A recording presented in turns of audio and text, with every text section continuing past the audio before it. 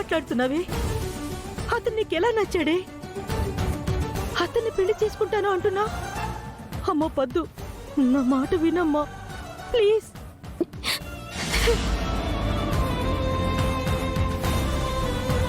అఖిల, నీకు దండం పెడతాను.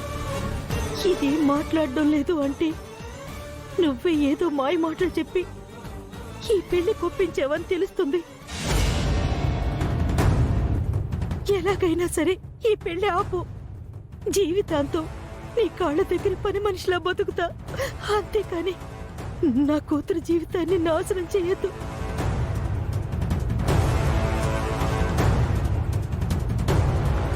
ఈ ముసలోడికిచ్చి దాని కొంత కొయ్యొద్దు. ముసలోడేంటి ముసలోడు? కాస్త గడ్డ నెరిస్తే ముసలోడిని అయిపోతానా ఏంటి?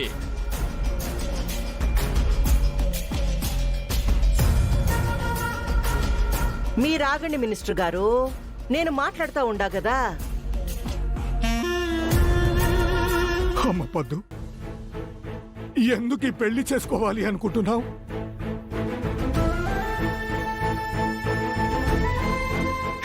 ఈ పెద్దమ్మ ఏం చెప్పి నిన్ను ఈ పెళ్లికి ఒప్పించిందో నాకు తెలీదమ్మా. వద్దు, వద్దమ్మా, ఈ పెళ్ళొద్దు. మనం వెళ్ళిపోదాం పద. ఈ విషయంలో నన్ను ఎవ్వరూ బలవంతం చేయదు తాతయ్య. నా ఇష్టపూర్వకంగానే చేసుకుంటున్నాను.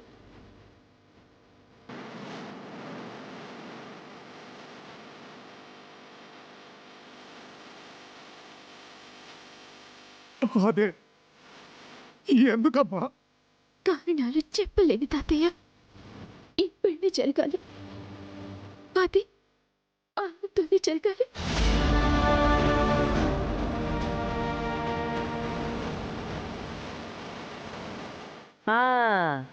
పద్దుకి నచ్చింది, ఇంకా మీ అందరికి అభ్యంతరం ఏంది?